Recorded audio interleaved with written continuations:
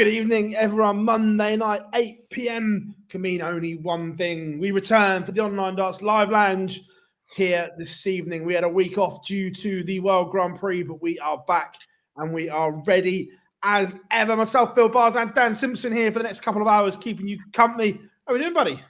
It didn't feel much like a week off, did it? No.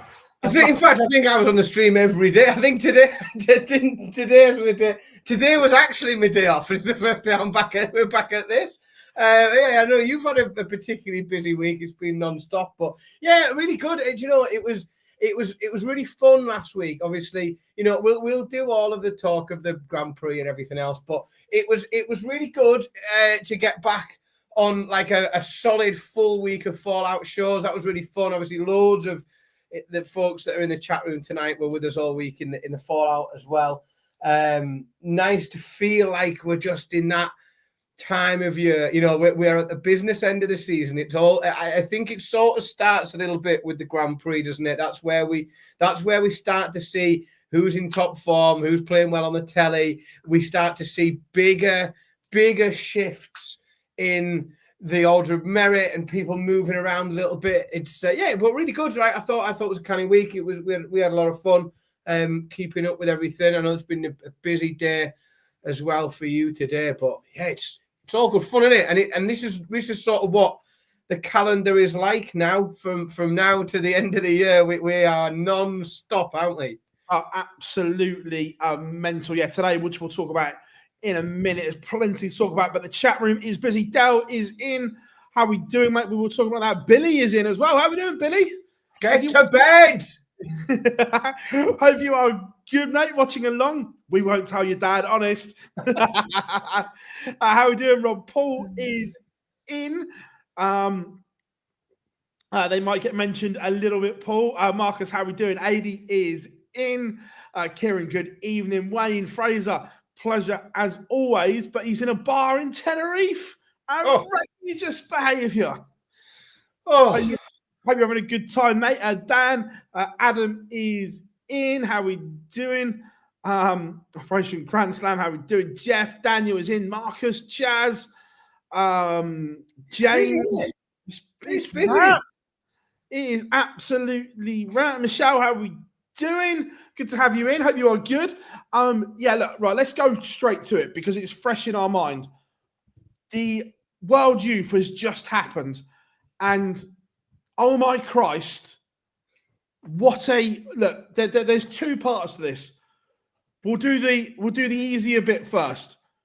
What a freaking day of darts that was, and look, Beau against Luke. Oh my God. What a game. Luke Serious. 2 darters, missed double 12 for the 9, lost to a fabulous Beau Greaves performance, who takes out, was it 84 or 88, whilst Luke is sat on a double. Madness. It was a serious performance, wasn't it? And it was a serious match as well. I think, there was and we'll come to it. I have a view. I know other people have a view. But in my opinion, quite rightly, Luke Litler was at the tournament today. And let's be honest, he didn't go to mess around. Like, he didn't just go to see his pals. Like, you look at the performances from him throughout the whole day today. Like, he was a monster, and it was always going to take an absolute monster of a performance to stop him from getting to that final. And yeah, what a game. And I think where you have got a bit of, and actually I don't think it's correct, but where you have got people questioning whether or not he should be there or not. What you don't want to see, and it's exactly what didn't happen. You don't want to see him go out with a whimper.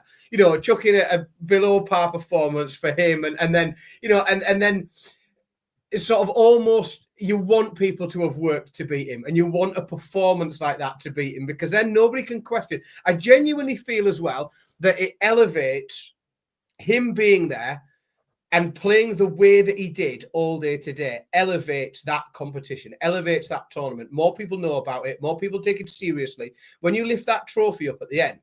So if Luke Litler isn't in that tournament and you lift that trophy at the end, there is like a little asterisk next to your achievement. Like, you are the best player in the world. You are the world champion under 25. Asterisks. Apart from him, because he wasn't there, and we can't. If he plays, then that trophy doesn't have an asterisk next to it. You've earned it. You have done everything you needed to do to lift that trophy, and I think that is a big achievement. But yeah, that game in particular, what a genuinely special performance it was. Beau Greaves. I think that across the board, if you look at the last 16, the players that were in that last 16 today, and the level of darts that, certainly from the quarterfinals, you look across there and you think, like, that is a serious level of dart player. Granted, you've got the world champion in there, but if you take him out, that is still a serious level of dart player playing at this young age, and they are that talented. Yeah, I think it was cool. Good day. Yeah, no, look, it was incredible. And look, Charlie, let's give Charlie Manby a massive shout out. Look, he won't like this, but he missed 2 match darts in 2 legs to beat Luke. He missed a dart, I think, one at the ball and one at the end of a combination that he missed. He had darts to beat Luke across 2 legs, didn't take them. And look, Luke was incredible. But look, surely, we've seen the announcement as well that Beau will take her tour card, which is incredible news, because there were questions whether she would or not, but it's been confirmed that she will. Fabulous news for the sport, which doubts, yeah. Hand in hand, if she's taking the tour card, then logically, surely she's going to Ali Pali as well. Look, we don't know that, but you would.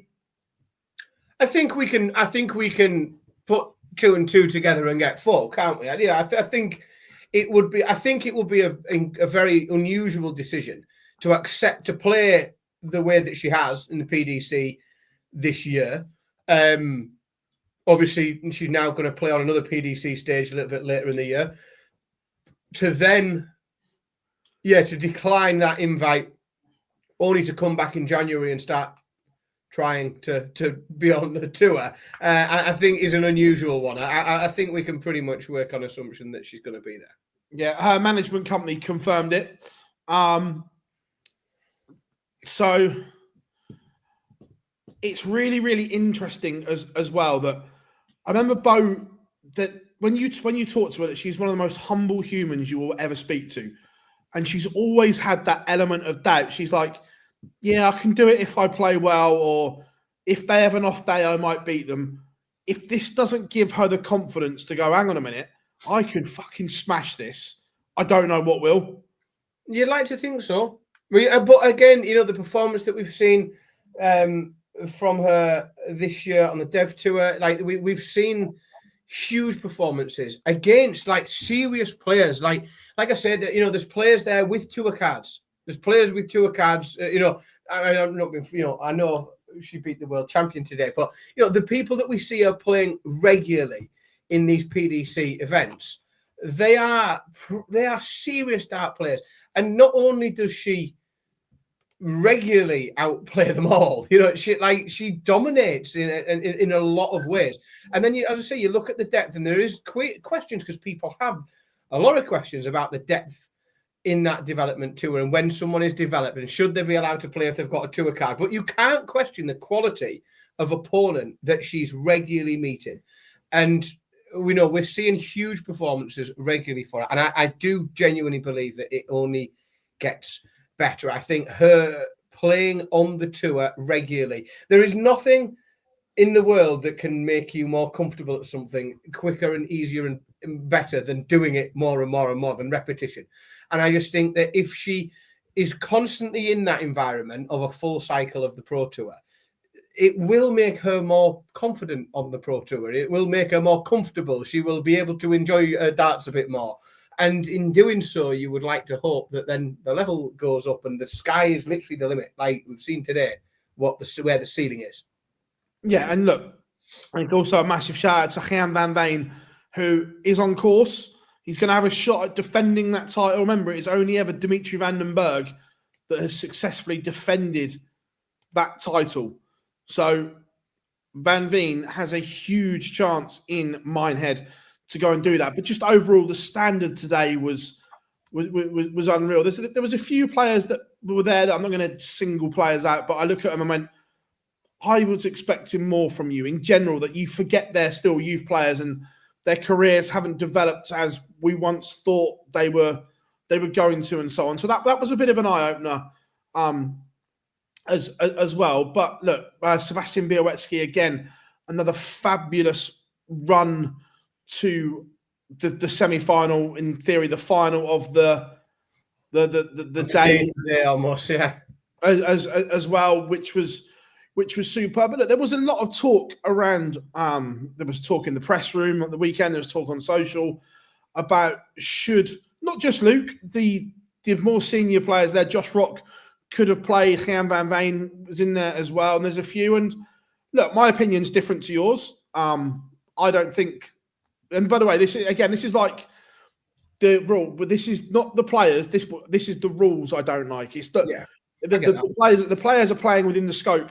The same as Noah Lynn playing on the women's series. People don't like that. It's not Noah Lynn's fault. She's playing within the rules. When we spoke about people on the dev tour, not the players' fault. They are playing. Dislike the rules without disliking the person that's abiding by them or not abiding by them or whatever. Don't get me wrong. I agree with what you said. With them playing in there, it did add more glitz and glamour to it. I 100% get that. My kind of issues are, one is, I know it's not the Dev Tour World Final, but they used the Dev Tour rankings to seed it as much as can. I know Luke and that come in, but you are effectively, as one of the young hitters, they all see the World Youth as their end of season finals. Do you know what I mean? Yes, definitely. Yeah. And for me to be in that, you should have played on the development tour. So if you've played the Dev Tour all year and 3 come in and those 3 miss out, I don't think that's right. No, so I'd probably concede something similar to if there was like a. So first of all, I don't buy this nonsense about players be having a tour card can't play. Like we've had that debate a lot of times. The challenge you've got is the international players. That's the issue. You've got them coming from the Asian tour. But then I just think all you do then is you use your affiliate tours, don't you? You say then, well, if you have actually played in a CDC event or if you've played in whatever, then you can create backdoors for people. But then what you're not doing is creating backdoors and you're creating barriers to keep out certain others. I really believe, right? If you look through the history of this. Of the world youth, there's a lot of like serious players, and I mean like serious players, and where they haven't won it, you look at the finals and you think, geez, but there's also a lot that maybe fell by the wayside a little bit, didn't. I agree, and I've also got another point that this affects, and this is probably my bigger one. And people might not see it as a big deal, but I do. Now, where this is played, it is sandwiched between a semi-final and a final of a major and the last major before the World Championship. Now, if, let's say, look, I can use Van Veen as a reference here because he's in the final. Say Van Veen is in the bottom half of the draw and in the semi-final at Minehead. He will then have to play semi-final, final. Now, some people will say that's great. He's got time on the stage. From that point of view, I completely agree. Here's kind of my list of issues. One, I don't think it is fair for the other person he plays in the final. Whether he's getting a competitive game in between, like to run into the final on. Partly, yes. 3 games in a row on stage is a massive advantage. 2, it massively fucks up the preparation for that other player. So in a normal situation, you have semi-final number 1, semi-final number 2, then both players know you have a final in between. So the players' marshal would come in, you'd get the bull up done early for that final, and then each player has then got their half an hour or whatever it is prep time to get ready for the final. Doing it this way, you then can't do the bull up for the final until after the World Youth Final, and then it is going to be an extra quick turnaround because TV and broadcast are going to want that final on within 15, 20 minutes. Yeah, at least. So for me, that throws out everything prep time for the other player as well. Now, for me, the ranking final is more important than the World Youth Final. Yes, it's great, it's the World Youth Final and so on, but that ranking event should take preference over it. That's the more important game. Yeah, you're right. You're playing for more money, tour cards are on the line, World 100%. Championships are on the line, World Championship places on the line, and so on. So, one, that throws out everything for the other one as well, which I'm not a fan of. 2, then if Van Veen wins the World Youth, he should have media commitments after the final. Media then aren't going to get those media commitments. And then, Van Veen probably would because he's such a nice kid. But let's just say he loses the final. He then loses the other final. You've lost your. You've lost then all hopes of getting lines, quotes about winning the World Youth Final because he's got because he's lost the. Look, I say Van Veen would because he's a good kid. But what I'm saying is then there's a whole host. So if this is going to go forward, for me, the World Youth shouldn't be plonked there between 2 finals. 100%. It needs its own home somewhere, and there need to find a way of making it. Like I do. So one of the I saw people. Someone said something on social media earlier, like similar as to when it was, and I couldn't think if it was a brilliant idea or a shit idea. Like I was like trying to think of whether it was a brilliant idea or not. Was how you could play it as the opening game of the World Championships. Because then, if there were features in the World Championships, you just make sure they were scheduled on another day, another session. But you could play it as the opening game at Ali Pali. And I know you push for time and schedules, but if you could get one game on a session there, you could play it there. Yeah. And then if you play it as the opening game, you can almost have your double features, if you like, on your opening night. Is you start with the World Youth Championships and you finish with last year's winner coming on. That creates quite a special night, doesn't it? That's quite a cool opening night. And if you pitched it somewhere there, then it could work maybe. Don't know. Yeah, like I said, that I think there's potential issues here going forward because let's be on the right. It's not beyond the realms that Van Veen could get to semi-final or final of the Players' Championships. Of course he could. Yeah, and like I say, for me, it just causes problems. There's just too many potential problems. Like if you and I can sit and without having to really think too hard, find a big list of things that can easily go wrong, then you probably have to hunt for a better solution. And that's the thing for a lot of years, the PDC never had to worry about this because they never had to worry. But the standard is so good now. That's it. It's become a problem that these players are getting tour cards at 16, 17, 18 years of age. And doing so well that is causing issues. Yeah, it's a nice problem to have, but it's a problem, and sooner or later that someone's going to need to deal with it, aren't they? Yeah, but again, that doesn't work either, because then you're affecting the preparation of the World Youth Final. Because if you're in that second semi-final, you're literally going to come off stage, go back, go to the toilet. And you're going to be back walking out for the World Youth Final. So you haven't got time? Is the thing. Like I said, the golden point. We should be building up on stage where everybody can see it anywhere. Don't buy this shite about bookies having to price things up. I've no sympathy whatsoever. Needs to be on stage. We should be seeing it. I don't dislike it, to be fair. Right? And it's part of the game. When you, especially in a leg play format, being on throw and having the throw, when it's short format leg play as well, it's massively important.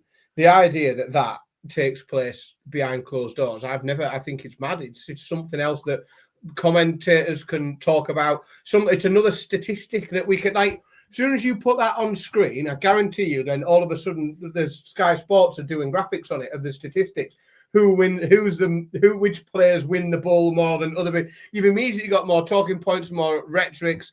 For me, bullying up should be done on stage. I know it can go on a bit, but all sorts of things can go on a bit in darts. Like, look, the fucking matches go on a bit sometimes when they're shit. It's down to the commentators to build some, suspense and make it interesting. Yeah, no, it's interesting. But look, the one thing is for certain, though, is the World Youth site is going to be exciting. That is for sure. Yeah, look, imagine the toss on cricket not being televised. Yeah, honestly, it's just silly. It just needs to stop. It needs to be part of the TV broadcast. Well, again, this is the other thing as well, is I actually quite agree with this, that the draw for the World Youth should be the fact the winner is guaranteed a spot at Ali Pali. But with this final, both have already got spots at Ali Pali. Yeah. So the actual grand prize of a spot at the Worlds and the Grand Slam are already, because Van Veen's got the Grand Slam spot from last year for the World Youth. And so it's like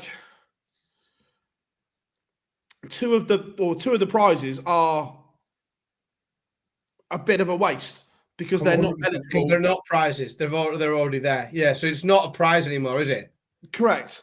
And then those spots then get reallocated elsewhere and so on. And the reallocation, I guarantee nobody will be able to agree on whether or not it's a sensible reallocation or not. Like everybody will have a different idea as to where that spot is best used, and a lot of people won't agree. Yeah, completely. How are we doing, Liam? Good to have you in, my friend. But yeah, look, one thing, are we excited to watch Jan van Veen against Beau Greaves? 100%. Would we have been excited to watch Litler against Van Veen in the final? 100%. If the draw it was shit last week when they played, though, wasn't it? Yeah, didn't do very much, did they? Crap. But yeah, look, the World Youth was sensational. But look, off the back of that as well, we're going to continue to talk about Beau because she is the second female to win a tour card. Lisa Ashton was the first. She went through Q School. Beau has won hers through the development tour. Now, I think it's great. I'm excited to see Beau on tour for a minimum of 2 years. I think it's going to be longer than that. I don't see her not breaking that top 64 barrier. No, in the first 2 years. Yeah, I can't see a scenario in which she doesn't retain that tour card, especially when you look at when you look at the tour card race as is now, and you look at the sort of the players that have got themselves safely through that 2 years and into the green. So you look at the form that's took them there, and you just have to sort of think to yourself, well, do we think that Beau can replicate that? And by and large, you're going to look at that and go, yeah, I'm pretty sure she can. You look at those players and you think, yeah, I'd look at how well those particular players that have kept themselves with a card, and you think, yeah, she'll do as good, if not better, as at least a good lump of them in the green. So you'd like to think so. So yeah, I don't think it's a big risk for her keeping hold of it. I tell you what, I do think is I think there'll be some players who are going to Q School this year who will have breathed a little bit of a sigh of relief today, and they'll now be thinking that Q School looks, let's be honest, Q School, a card at Q School has got easier now that Beau Greaves isn't there, because she's a player that can beat anybody, anyone at all in that Q School event. She can beat. She might not beat them every time, but she can beat every single player there. And now she's not there. And I do think there will be people looking at it going, oh, thank God for that. I'd rather she got her card that way and won it that way, because she is not a very exciting prospect if you're at Q School and you really need a point. Oh no, if you need a point in round one, you've got Beau, you're going to be like, for fuck's sake. Yeah, exactly. That's it. She's a crap draw. She's horrible. Like, it's an awful draw at Q School, and we saw her ruin Q School for people. Like, we've seen her do it. Turn up and bash people up. And like I say, she could very much go and do that. So yeah, I really think there will be some of the Q School applicants or candidates for this year that will have breathed a little bit of a sigh of relief, knowing that she's not going to be there this year. The other one as well, it's interesting now, is can she potentially reach the match play in her first? Yeah, look, that's going to be tough, but they're the things that we're going to be looking at now because of the high ceiling that we know she has. Is can she go and get to the match play, the World Grand Prix, the Euro Tour? How good is it going to be to potentially see Beau on a Euro Tour? Yeah, well, we're definitely going to see her on a Euro, because again, law of averages says if she plays all those qualification events, then she'll get through one, because she's good. She is just good enough, especially because of the environment in which those Euro Tour qualifiers are played, because they're played on, they're floor tournaments. So you haven't got the glitz and glamour and pressure and cameras and crowd and everything else. So I do think that'll be an environment where we see her flourish. I think, coming through those qualification event, a bit like we did see her today, play a floor tournament, turn up and play amazingly against the world champion. So I don't fear for her coming through them. I think she'll do well. Euro Tour, I think she'll do well on the Pro Tour. I'm not sure. I don't know whether the match play is going to. I think it's going to be a tough ask in year one. It is a tough ask, and the problem that young Mr. Litler has given everybody is he has really sort of skewed people's reasonable expectations. Like we shouldn't really be having a conversation about a new tour card holder and thinking, will they get to the match play? Like, we shouldn't be having that conversation. And what he's done again, he's skewed the perspective where all of a sudden that seems reasonable when in reality, of course it's not. It's absurd. Like, it's stupid and it shouldn't happen. He's just a very special boy. But I mean, don't get me wrong. If she could, then wouldn't it be impressive? Like, wouldn't it be cool? But no, she will definitely see her on TV. She will be qualifying for things. Interesting. Paul mentioned there, and I sort of forgot it a little bit until Paul brought it up, that when Lisa had her tour card, she still played PDC women's series. So I was about. We weren't ignoring you, Chapman. I was going to let Dan finish his thing. So the rules are the same for the women's series as the development tour. When they changed the rules, they changed it for all. So to certainly start with, can Beau still play the women's series and the development tour? Yes, she can. The moment she breaks into the top 64 in the world, she then can no longer play Dev Tour or women's series. So there is also another question to be asked about that if she gets in the top 64, can she then play in the Women's World Match Play? Because qualifying is off the women's series. But if you've got a female tour card holder, to then not have them in the Women's World Match Play, I don't know. So there are a couple of questions, but the main one is until she's in the top 64, yes, she can play Dev Tour and women's series. But once she's into that top 64, she would no longer be able to play the women's series. Yeah, it's interesting as well, because it's something that for Beau Greaves we very much expect her to do. It's not sort of an if, it's a when. Like, and I'm not picking you up on it, but, when you were just talking about it then, you say when she's in the top 60, it's not if she might, it is very much, we always work on the basis that that's where she'll be, that's where her game's at, and that's what we've come to expect from her. Yeah, no, it could completely. So that's the question. I hope that helps you, chat room, on that respect. But congratulations to Beau. It has been a wonderful few days, confirming her tour card, runner-up on the Development Tour Order of Merit, and then qualifying for the World Youth. Right, let's go straight to Leicester. Said no one. I thought you'd have had enough. Yes, said absolutely no one. The World Grand Prix. Before we dive into the action, this is more for you, Dan, and chat room.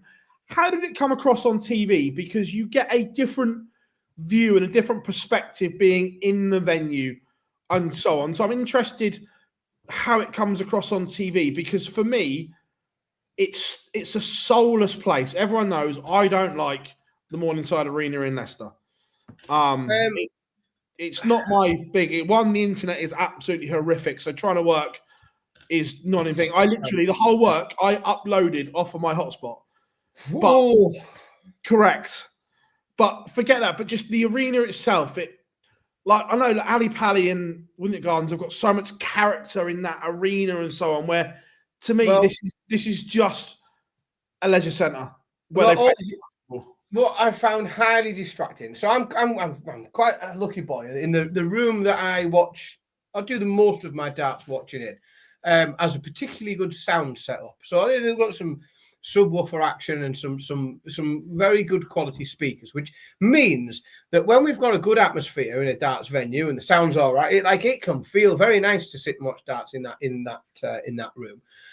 But what was unbearably distracting was the transitions that were so distracting. And I think I really suffered from having a decent sound setup, was that the slow fade in and out away from chants about Keir Starmer. I was about to say there was a reason where you're going with this. Into piped in crowd noise.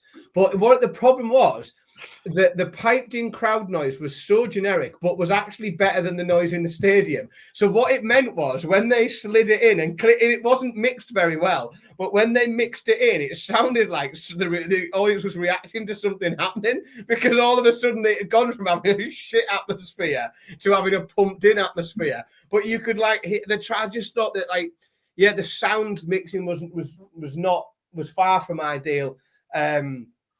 They'd be better off just letting the chants come through. It made for a poor atmosphere, I felt. I don't know what it was like I think it's the only tournament that I've never been into in the flesh. I've never been to the Grand Prix. I've never been to Leicester, other than to visit the Space Centre. The Space Museum, but I've never been to Leicester to watch it. But it did sound crap. At times, I've got to say the atmosphere at times was good. But it's just I don't know what at times the atmosphere was good and everyone was thinking, but it's just the arena. Do you know what I mean? Where when the atmosphere is electric in the Winter Gardens or Ali Pally, you feel it. Where it just doesn't feel the same there. Do you know what I mean? It's not a romance about it, is there? No, there's nothing. There's nothing there to go. I remember that. Do you know what I mean? Yeah, I don't know what it's like. I mean, aesthetically, it's not a particularly pleasing building, is it? It's not an architectural, no. delight. I must admit, I did feel sorry for the Sky audio man, because he had a torrid week, an absolute torrid week of trying to nothing to hear here with his mixing and turning mics off and no sympathy. It is what it is. I just let it go. It's funny, but he was like, in the words of Elsa, that's what they should have. That's what they should have. I think because the risk is, as soon as you do, you then create for yourself an impossible task, don't you? Because you can't do that seamlessly. You can't do it without it being distracting. I did genuinely find it distracting during the games, and I would have found it far less distracting because the problem is chance. Christ, you've spent an awful lot of time in these buildings. How long do they last? 30 seconds and then something else. It only lasts for a couple of cycles and then they sing something else and it dies off. And so I genuinely think a lot of it, you sort of, when you're watching live, you don't hear it because you're not listening for the crowd. It's background noise. And the time that I knew the chant was going on was when I started to hear them interfere with the sound and fade things. I was like, oh, they're doing the chant again, because you just tune it out until. And for me, I thought it drew more attention to it than anything else. That's what I thought. But I would I'd just leave it. I wouldn't interfere. I think you create, like you say, a very difficult job, impossible job for somebody. You can only make it distracting for people after that. It erodes the sound quality. You just need to accept that some people will share their views. It is what it is. Marcus, yes, the demographic again, the audience was very, very young. Which is odd to hear anti-Labour chants, and with such a young demographic. It's normally the other way around, isn't it?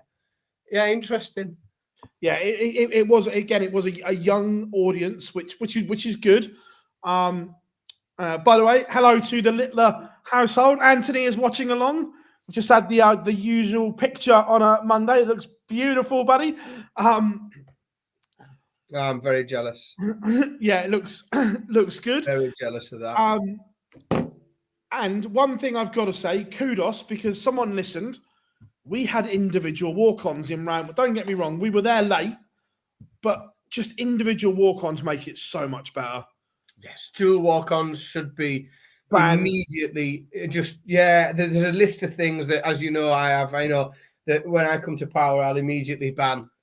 When I'm Prime Minister, I'll get rid of a lot of them, and dual walk-ons will be one of my first acts. It's a stupid idea, and because I also think, like, one of the things, and there is a bit of romance to it as well, regardless of which arena it is and what the atmosphere is like and things. But like when you qualify for an event like this, and there'll be lots of players. When you look back through.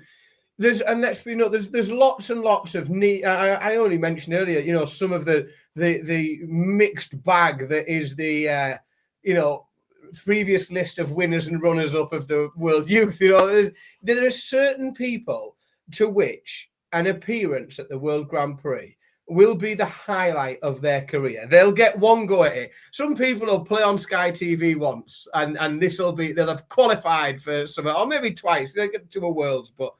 I just think you are then robbing someone of the chance of having a walk-on in an arena. Onto their song as well. Yeah, that's what I just think I just think if you've earned the right to play at one of these, premium televised television events, then you've earned the right to be able to walk out to your music and have people give you a clap and recognize that you've achieved something by being there. And like I said, for the Premier League players who get to walk out of their song, constantly with tens of thousands of people singing it, then it's not a novelty. But for some people, this is like they'll only ever do this a handful of times. Some people will never do it. Some people will get a handful of goals at walking into arena to their music, and I think it's crass to rob them of it. I would say big fan of the banning of the double walk-ons, which is always good. But right, let's dive Nico Springer, for example, just to let's say what if, and I don't believe for a moment that it would, but let's say it all comes crashing down and Nico Springer never made. He's had that opportunity. He was given he's been in an arena on the TV. He's been able to pick a song that he wanted to walk out to, and I wouldn't like anybody to be denied that opportunity. No, 100%. Round one was full of drama, and let's go straight to Litler against Van Veen, because this is a game that I think we're going to see time and time and time again, and I'm all for it. But Alan Warrener's record average, I know some people are going to say, oh, but this is a losing average. I don't care. It's still an average. Alan Warrener's highest average in the World Grand Prix stood for, I think, 24 years, has finally gone Van Veen through the kitchen sink at the Nuke in round one. He's averaged 106.47 and lost 2-0. It makes no sense. And how do you explain it? Set play. That's probably how you explain it. Set play. It's the right things at the right time when you've got a dart to win a set rather than a leg. I don't think there's any other way. There's no other way that game could have gone where you could have had averages like that and that result, unless it was exactly like that. It couldn't. It can't have any other way of legs and sets going. It was brilliant, absolutely brilliant. And you said at the beginning, we are going to see this game over and over and over again. And I said it when I saw cracking games between Litler and Josh Rock. Like, don't worry, folks, you're going to get to see a lot more of this. And exactly the same for that. If you enjoyed watching that game, then be happy, because you're going to get to see that a lot, because these two are going to be playing each other an awful lot of times. This is, I imagine, going to be a regular Premier League matchup. These are going to be meeting in the latter stages of big tournaments for years and years to come, you would expect. Well, we'll come on to that thought in a... We'll talk about it, but yes, we will talk on that coming up, because there was a couple of interesting bits off of that. But yeah, look, in round one itself, look, you weren't honest, but Chris Dobie was way off the pace, beaten by Cameron Menzies, comfortably only averaging 74 was disappointing. I was disappointed with James Wade, who has been playing so well. Don't get me wrong, Joe Cullen played to make a semi. I'm pretty disappointed. Yeah, Joe Cullen played beautifully to win. The Gary Anderson, Raymond van Barneveld non-handshake probably got all the talking points at the end of that. It's a good watch. Yeah, very good watch. Yeah. So that was interesting. Look, Barney blew it. Gary was there for the taking, and Barney fluffed his lines, didn't he, in that one? Let's be fair. Yeah, and we had this conversation on the fallout as to whether or not, how many years do you have to go back before you get to a Raymond van Barneveld that definitely wins that game? That wins that match. If you go back, 5 years, if you go back 6 years, Barney wins that game. If you go 6 years, he wins that game. He did everything right, and he had the finish line in sight, and he just couldn't. Yeah. Yes, Marcus, I am getting a fishing rod for Christmas. Well, that's exciting. Gary told me I've got my fishing rod out. What did you think about the non-handshake? So the way I looked at it, and by the way, I don't know this. The way I looked at it is Raymond lost, did his normal thing of turning around to put his darts away and sulk. Gary turned around and he had his back to him. So then Gary proceeded to go and shake the marker's hands, turned back round. Barney still had his back to him, so he basically went, fuck you. That's the way it looked. As if to say, if you can't be asked to turn around, I'm not going to. That's the way me watching it looked. That's what it looked like on the telly. I don't think there is a responsibility on someone like Gary. Oh, I'm not going to say that's not fair. I don't think there is a responsibility on any player to stand around on stage waiting for your opponent to get around. Waiting for your opponent to get out of a sulk and turn around to you. Like, I think you haven't got a responsibility to wait around for that. And why should you? Why should you put yourself in that position where you stood like a plum waiting for somebody else to get out of a strop? I think if you turn your back on your opponent, you've made the decision to, that handshake isn't happening. Yeah, well, I don't think you should expect somebody to wait around for you. That's the way it looked for. Yeah, that's what it looked like on the telly. Like I say, I'm not sure, but yeah. A very out of sorts MVG was punished by Dirk van Duivenbode. MVG's Dublin was like me on a Friday night. Well, it wasn't that bad. That's not fair. He won a leg, didn't he? Are we a little bit concerned about Damon Heta at the moment? Yeah, a little bit, mate. Yeah, I think form's not there at the moment on TV for him. No, we spent a lot of time, or I did spend an awful lot of time talking about how I thought Damon Heta was pretty much established as a top 10 player. And I thought he was going to be there for, a long time, to be honest. I really did think he was going to be, deep in that top 10. I thought he was right on the cusp of the Premier League. And now I think he's, unfortunately, I don't think he's in the conversation for the Premier League because not so much that he's played particularly badly, but I just think there's too many other players doing too many other good things that they've sort of moved ahead of him in the queue or in the pecking order for a spot at the Premier League. He's where's his ranking got to? Where is he now? He was seeded 11 for this. Yeah, so he's 12th in the world. 2-a-card race drops him to 14th. So, but again, the issue he's going to have is there's an awful lot of money to be won, a lot of money to be won over the next few months. But then you look at the players that are, in and around him, and I'm only picking out highlights, but around him in that order of merit, you have got players like Jan van Veen, Gary Anderson, Gerwin Price is one spot away from him. Danny Noppert, so like who's coming off better, in the next few months? Because the 4 players we've rattled off, or I've rattled off there, I expect them to have a better 3-4 months than Damon Heta, the way things are being played at the minute.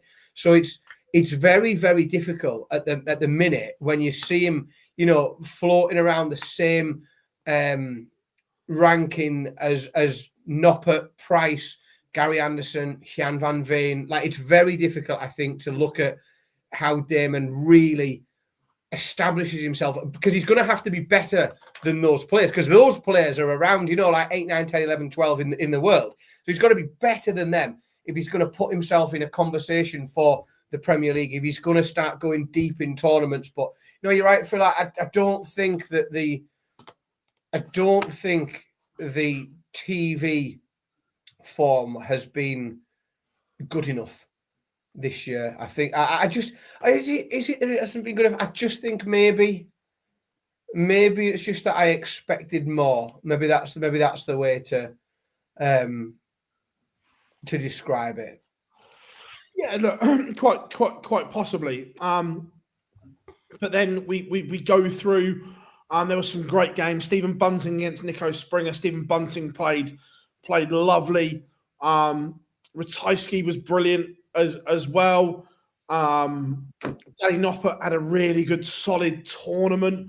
But there was so many talking points towards the latter stage. And we've got some clips to play, but we'll play them in a little bit. But look, the quarterfinal match between Luke Litler and Gerwin Price was an incredible watch.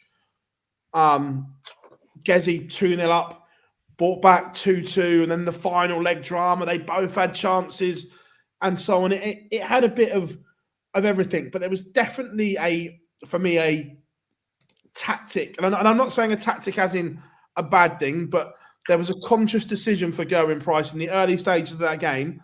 I'm going to put it on him. Oh, good, yeah. I'm gonna put it on him and see. Yeah, but give it a good fucking go, didn't he? Like, he give it a proper good go. I think, and I think that came from the interview that you did with him the day before.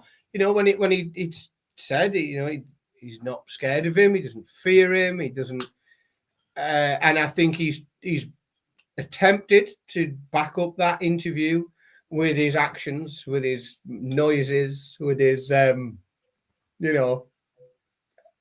presence on stage, which I found to be, I like it. It just irritated me slightly because my youngest lad, Ted, was watching it with me, and has then spent the next 3 days wandering around the house shouting, "Gwan!"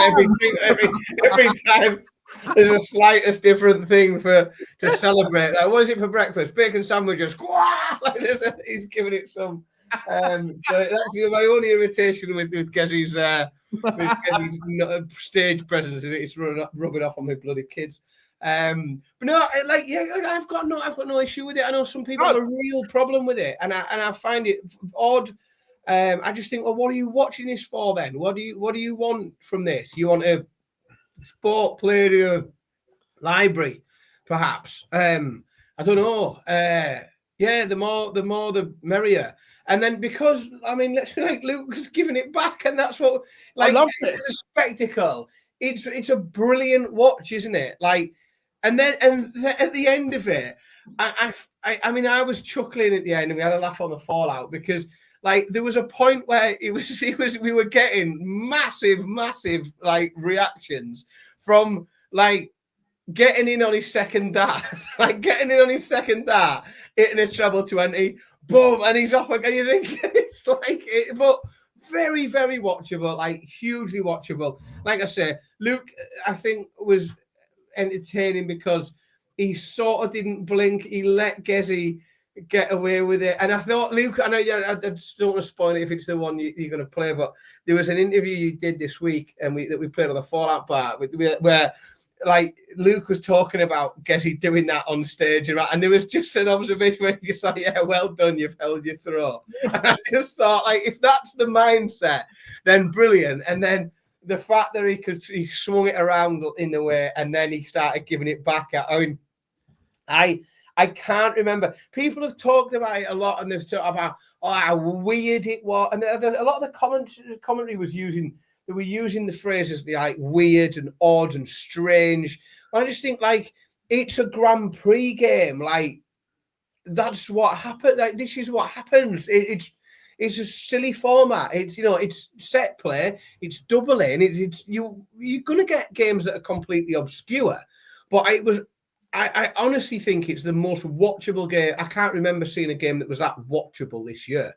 Yes, we've seen higher levels, we've seen bigger averages, but in terms of a game just being watchable, wanting to sit there and enjoy the spectacle of it, I thought it was brilliant. Yeah, and obviously Anthony had a front row seat. He was loving it. Yeah, you're right. But if even he can enjoy it, then people to be fair, if he's able to enjoy it, then perhaps people should stop being so bloody sensitive and moaning about it, because it's an interesting bit. Well, whilst we're talking about celebrations and that, and I don't know if it's a subconscious thing or whether he's thought about it or not, but I loved the fact that Luke was being Luke on that stage. It took me back to his first World Championship. When we had Raw and New Luke, we got the celebrations from him in that first World Championship. And then he kind of went into his shell.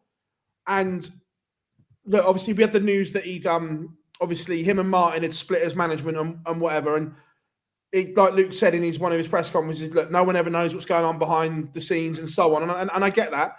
But from game one, from the Van Veen game to the Dedeker, to the Price, to the Clayton and the final, we had big celebrations from him all the time, and I'm all for that. It was great. It was almost like the shackles had come off, that he'd been playing within himself for the last year, and someone had flicked the switch, and all of a sudden he was Luke again. Do you know what I mean? Yeah, and I think we saw there was a freedom not just in his persona, but I think in his darts as well. We saw that in the variations that we saw him going for in terms of doubles that he was looking for, in the way that he was trying to check things out, in the decisions that he was making on the hockey was very reminiscent of that first 6 months that we would see people going, what the hell is he doing? What's he doing? Why is he going that way? He's going that way because he doesn't care what you think. He doesn't care. He doesn't care if you think it's the right way to go or not. He's going that way because he thinks he can put that thing in that bit.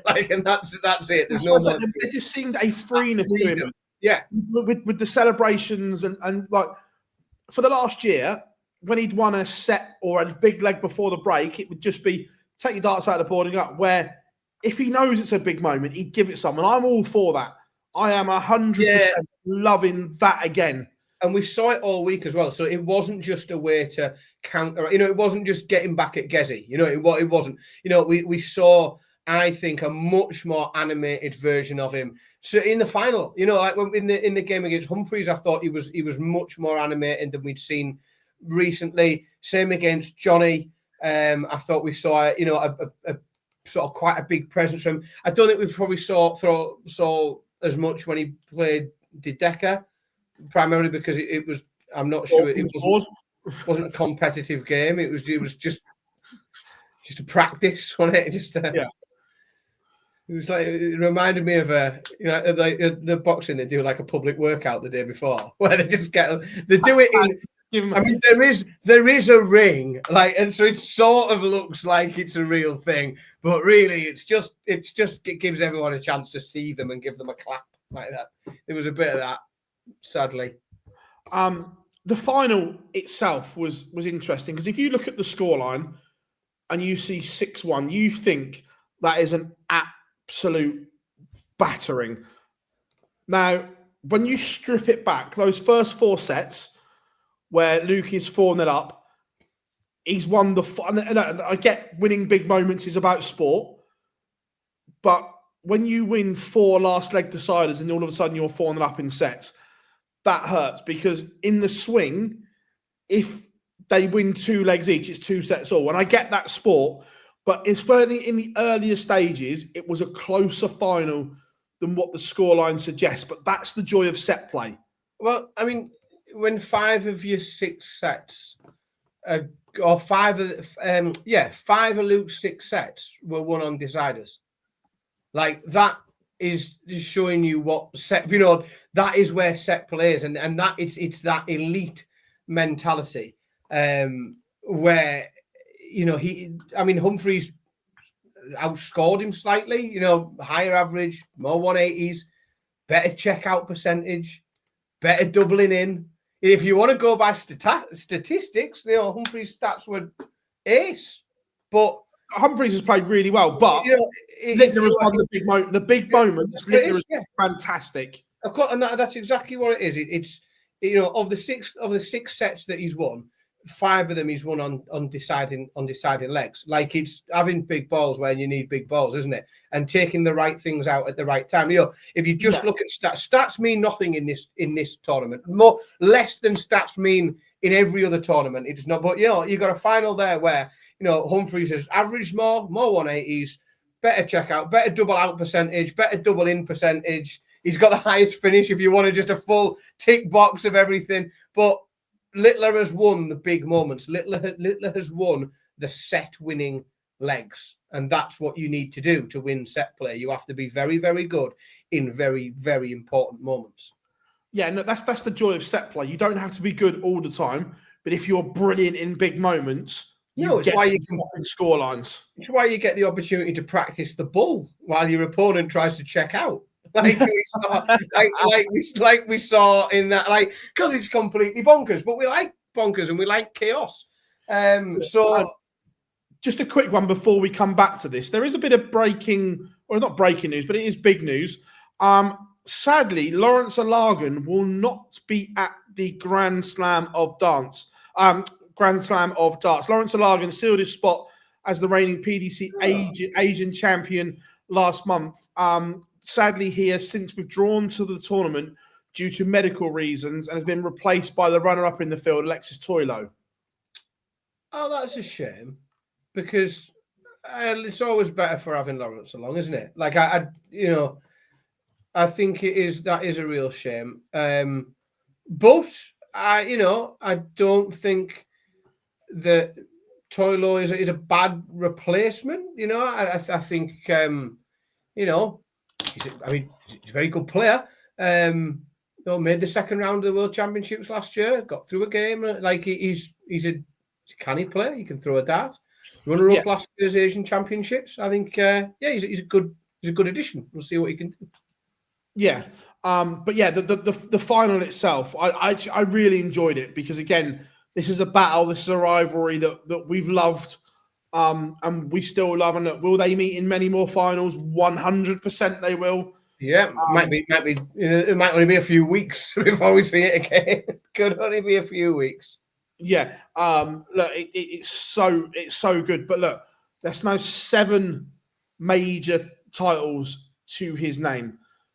Luke and Luke, they're almost again, they're racing for everything, looking to complete their own destiny and complete the hat trick of titles that Luke Litler, this is now only needs the European Championship, the Players' Championship finals, and the Masters to complete the set in what will be, if he gets them all done this year, stroke beginning of next year, to complete the set in just over 2 years would be frankly bonkers. Yeah, it doesn't make any sense. It's and again, what we end up is talking about feats and achievements that really they don't make any sense. So we should, and then what will happen is someone else comes along and you start to say, like we did with do you think they can qualify for the match play? No, someone else will come along with it. Do you think they can win every single major in 2 years? Well, of course not. It's stupid. You can't do it. But he is what he is, isn't he? So it could happen. Could happen. You're a brave man to bet against it. Oh, it's bonkers that he's that close to completing the set, if you will. Where Luke Humphries, on the other hand, needs the UK Open Players Champion. No, sorry, UK Open World Series Finals and the European Championships. So it's again an interesting little swing battle between the pair who can tick them off. Especially coming in as with the European Championships not too far away, both of them need to tick that one off the list. Like that'll be, that's interesting because we're coming into that pretty close, and they both do need that. Yeah, right. We've got some clips to play from the. I'm gonna play. I think it hasn't uploaded. Oh God, we'll play this one first because we got to speak to Mr. Gurney. First time I've had a chance to speak to you. Back in the practice room with Gezi. Have you two kissed and made up since Blackpool? Yeah, well, I came about in Hildesheim. I think I got beat early on, second game, and I stayed around to support Scott Williams. And then I was sitting at a table like this, and then all of a sudden I was in a headlock, and I was from Gizzy. But there was no bad feeling between me and Gizzy from my side anyway. Gizzy was the better player. I went behind, and I thought I enjoyed myself because he was playing so well. And for me, Gizzy is the second best player in the world behind Litler, and he's between the two looks. But I held in there, took out a nice 150, but he was too strong and too consistent over that format.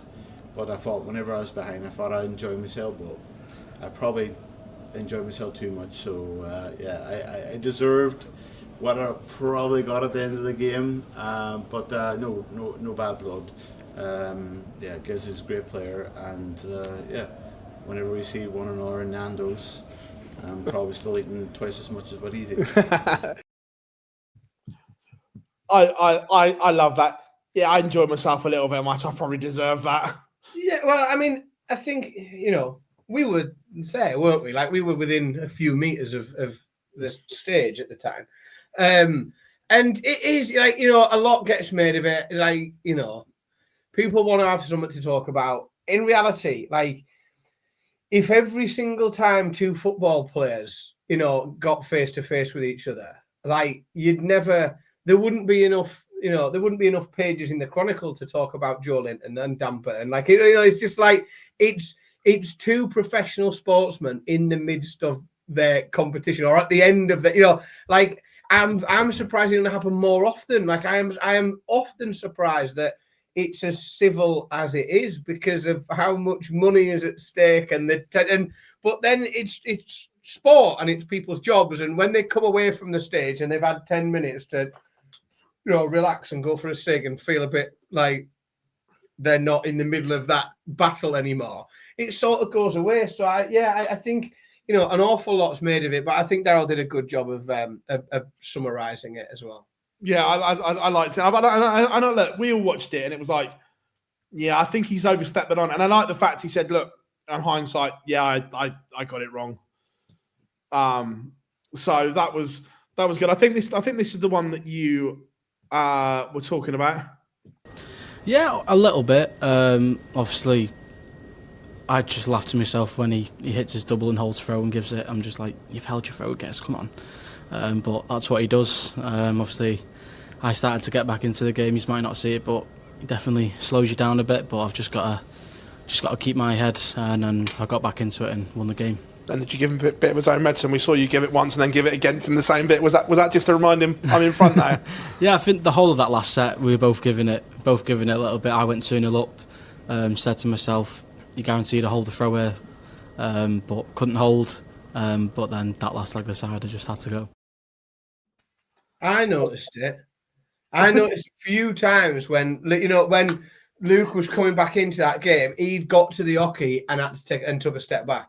There was I noticed a few times where Luke had got to the hockey and Gez wasn't out the way yet, and Luke had to take a step back and have to come back in.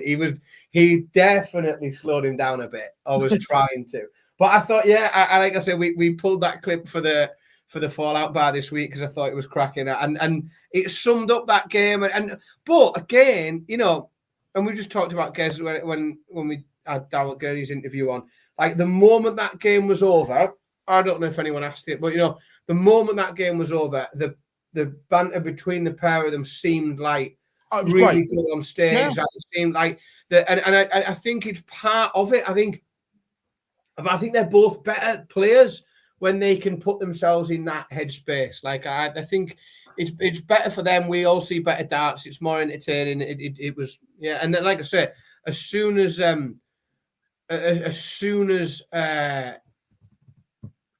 it was over, it was like the best of friends, wasn't it? Yeah. Mind you, we've got actually. I'll do this one first, and then we'll come. No, we'll do Gezi first. I think the key ingredient is just that I don't care. Like I don't care who I play. I play the board, and I play. If I know if I play my A game, that 9 times out of 10 I win. And I think all the other players are scared of him before they even get on the board. Like Phil Taylor used to be years ago. But to be honest with you, I know if I turn up tomorrow, I'll win. If I don't turn up, it's going to be a tough game, and I'll probably lose. But if I turn up, I win 100%. They all play the player. I don't play the player. What do we think of that? Because that was always something that was dubbed at Taylor and Van Gerwen as well, that the players were scared. What do you think? Do you think they are?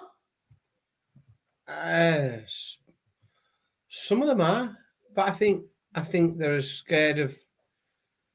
I don't think it's just Luke Litler.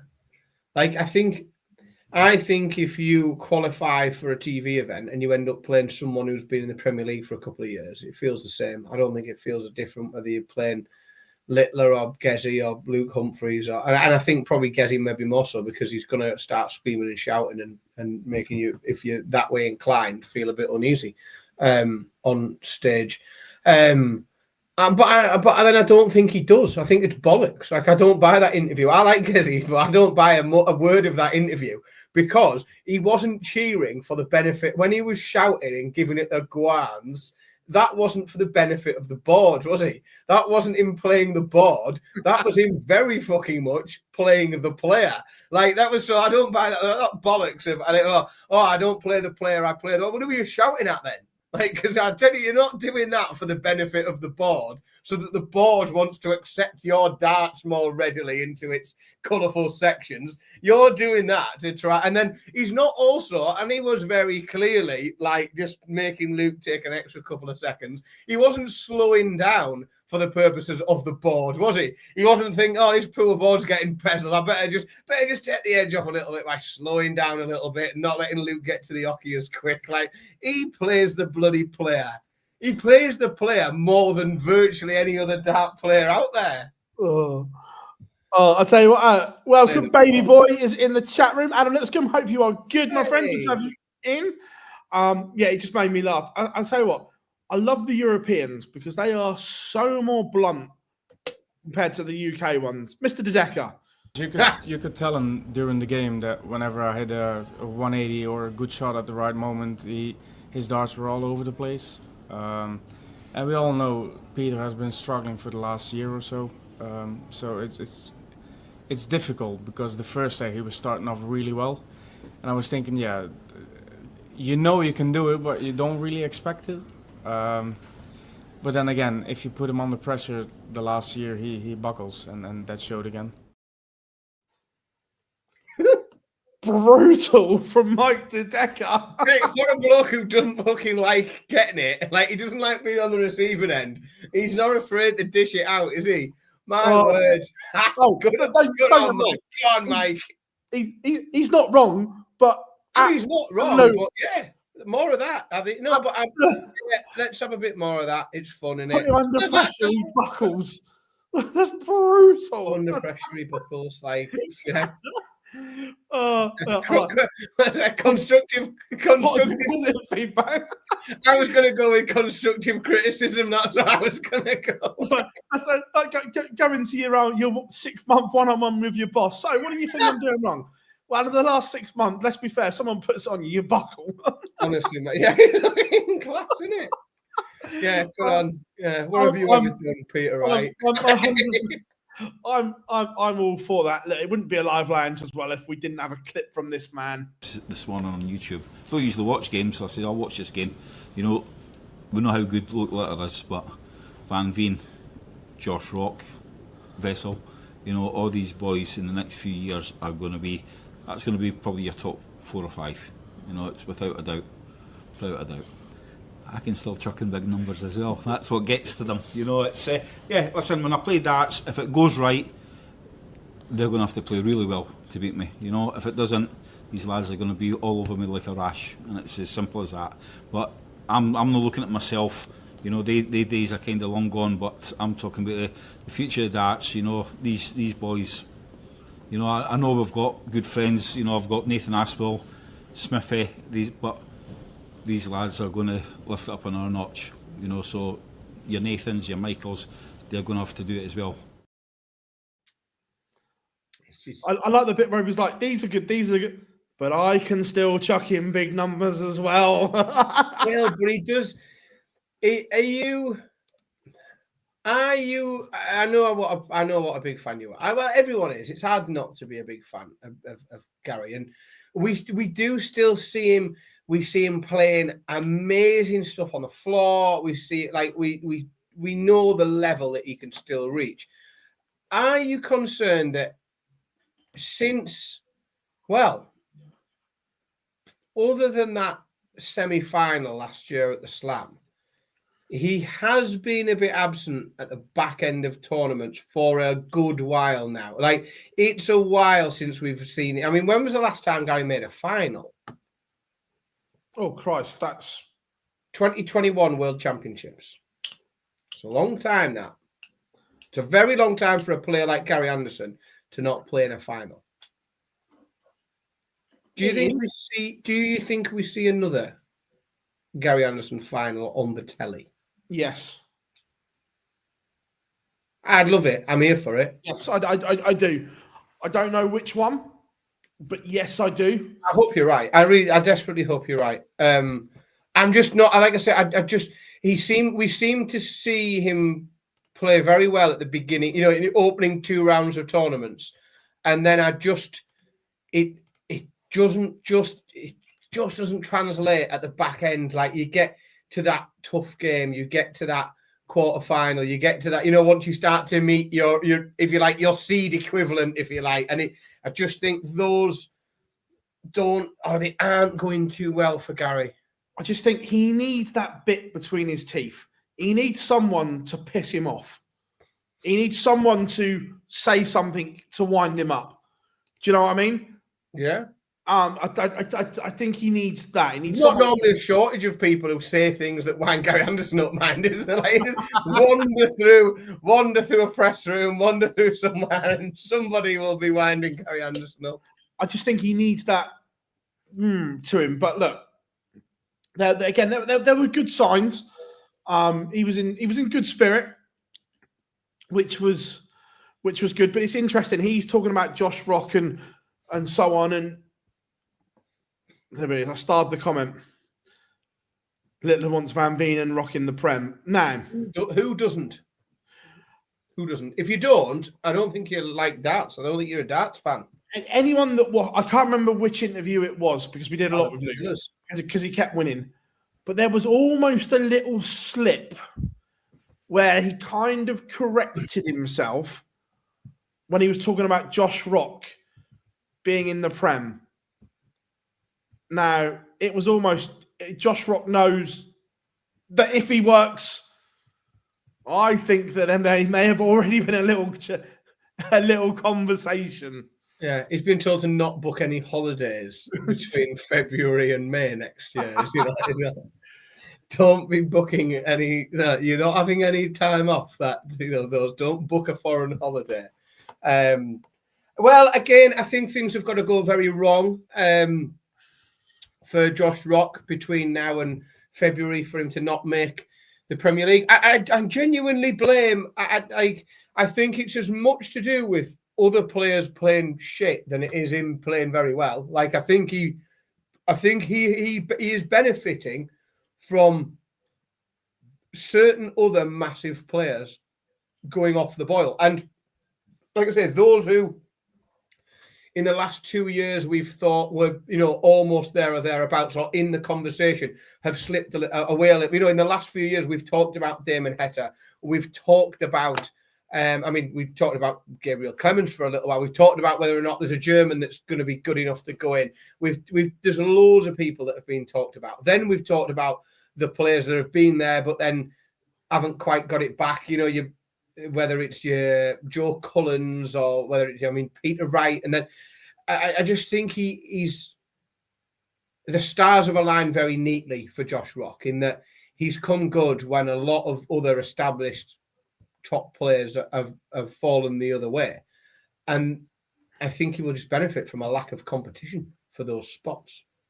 Right now, and I appreciate there is still 4 big tournaments to go, one of them with massive prize money in the world. But right now, I genuinely think if you're picking, it's the easiest 8 to pick in the world. I think so. Yeah, I think very, very, very few people don't have the same 8. If they do, it's normally because they've got a real strong personal attachment to somebody or they're clinically insane. Because it is, I think it's a piece of piss at the minute, who's in and who's out. Yeah, the next few months is massive. Because if something bonkers happens, you get a rogue winner. Not so much of the Europeans, that doesn't count as we know for the Premier League. If you get a rogue winner, the Slam, maybe not players, and obviously deep runs at the Worlds. Who knows? That's what I mean. It can change because of that. But right now, I think most people would go Luke, Michael, Stephen Bunting, Johnny Clayton, Gerwin Price, James Wade, and Josh Rock.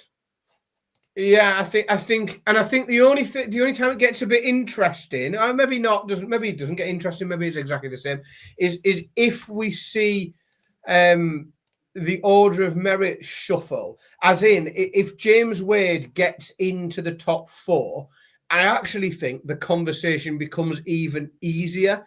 Because I think there's a lot of people that anecdotally, if he's not in the top 4, don't think James Wade will be there because they don't think that he'll get the invite. They don't think he'll get the nod. If he's in the top 4, it has been we've been reminded of this and it's been told over and over again. If you are in the top 4, you are in the Premier League. So I think I do think if James Wade finds that wherever he is, 40 grand short of 4th position, then I think the conversation becomes even easier because it stops there being a question mark on James Wade, who I think is the only question mark. He should be there. I just don't know if someone will actually do it. I'd love to see it. I think the danger, or not so much danger in terms of ranking, but the one that ticks a lot of boxes is Gian van Veen. Yep. He ticks an awful lot of what you'd want from a Premier League player. Yeah, I completely agree. I don't know whether you've got a challenge at the point of because the problem is, I think he needs probably at least a world semi-final. Yeah, well, he's 15th in the world at the minute. Yeah. And I think he is going to keep. He's going to keep going up. His ranking, or you would like to think his ranking's going to increase, but who knows? Maybe not. But again, a bit like we said earlier on, he's around a lot of very talented players. There's a lot of money to be earned, and I think he's got to do something like a world semi-final, which will put a huge lump of money on his ranking and drag him up into that top 10. And then, second of all, put him on TV where the casual fan gets into him and can get behind him. Like, Jan is a very, very likable, chap, very clever lad, bright kid, speaks incredibly well. He's got very, very good English considering he's Dutch. Like, all of the things that you want from a Premier League player. Like, media, perfectly fine, really clever lad, speaks beautiful English, even though he has that appeal of being a foreign player. He can do your things and media in that marketplace as well. So I agree, he ticks every single box. I think if he's still hovering like outside of the top 14, 15 without a world semi-final, I think this year it's a hard pick this year. Yeah, I agree. But then all I think of, well, he'll just have another really solid year, and then next year he'll be in the top 10. He'll have done a bit more on the telly, and then he's an easy pick. Because I just think, if not this year, next year, I think for Jan van Veen. Yeah. I think it'll be next year. I don't think it'll be this year coming. I think it'll be the year after. Although I'd love it, Paul, no, I don't see it. Although I'd love it, no. I also think it's an awful lot, to put on somebody who hasn't got a huge amount of experience of that type. Like, we've seen the Premier League destroy dart players. Yeah, that's the thing. I think you have to be very careful. And they have taken decisions, and I know they've taken decisions to include Dobie because they thought that he was more in a better place to cope with the process than other players. They didn't make the pick exclusively on darting talent. And I think I would be really concerned if they did something like that. I would think it was probably a bad decision for the sake of novelty. Right. The PDC released the provisional World Series of darts calendar. There is still at least one to be added on there, maybe two, I think. But look, all eyes are on one. For the first time, darts will go to the Kingdom of Saudi Arabia as part of Riyadh season down. We all knew it was coming. It was just a matter of when, not if, and it is here. Darts will land in Saudi. Yeah. Again, if you don't like it, then you need to also make your peace with not liking the extra money that's going to come in, the bigger sponsors that are going to come in, the extra pay that the players are going to get. Like, you need to not like that either, because you can't have one without the other. This is how it works. Not sure what we're going to see in terms of the sort of the arena. I think we'll see a very different atmosphere than what we used to see in darts in. I hope that if we went to that part of the world, my hope was Dubai. That was what I was hoping for. Well, I still think there is one to be added in the Middle East. If we go to Dubai one, I would be very pleased. I think culturally, it's a very, very good fit because of the amount of Western expats and darts that is played. Like, I was legitimately shocked that the sheer amount of darts that was going on when I was in Dubai. I felt like everywhere I went, there was dart boards and there was people playing darts, people of all ages playing darts. And yeah, I think because of that reason, it would be a great fit. I know booze in the Middle East is a complete fallacy. It's not true. To be fair, the Middle East, but Saudi Arabia, Barry did an interview with TalkSport. Saudi Arabia will be dry last week, and he categorically, there will be no booze in Saudi Arabia whatsoever. Yeah, but that's not the Middle East. That's just one country. No, that's just one day. I agree. Yeah. But which brings my question on. I'm interested to see who goes to Saudi Arabia because Barry says it in the interview. His exact words were, there will be no booze for spectators or players. So they're going to have to send the same 8 to Bahrain, Saudi, and the extra one Anywhere else you go. that we're presuming will be tagged on because of the way the date. Anyone that doesn't know, you've got Bahrain Friday, Saturday, Saudi Monday, Tuesday. So that's obviously been put Monday, Tuesday because they want one the next weekend, I'm guessing. So at this point, do you look? Turkey Al-Sheikh is going to want the best players.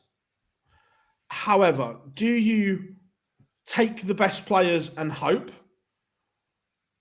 Or do you strategically pick players?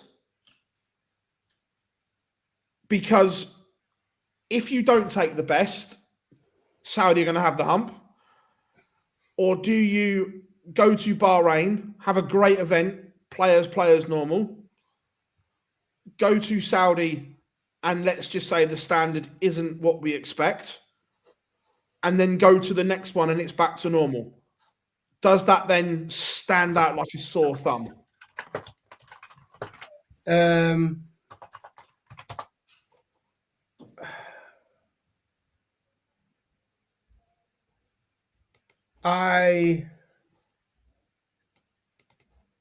I think so. Do you know that there's a recent legislation change in Saudi Arabia regarding alcohol?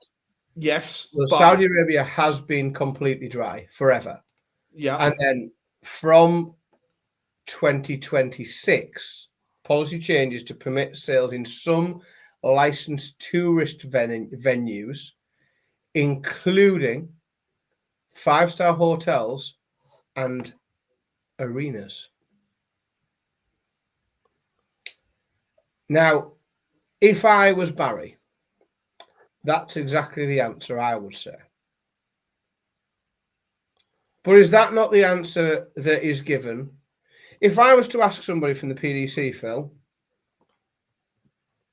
whether the players have access to alcohol or not, would I get a politician's answer probably?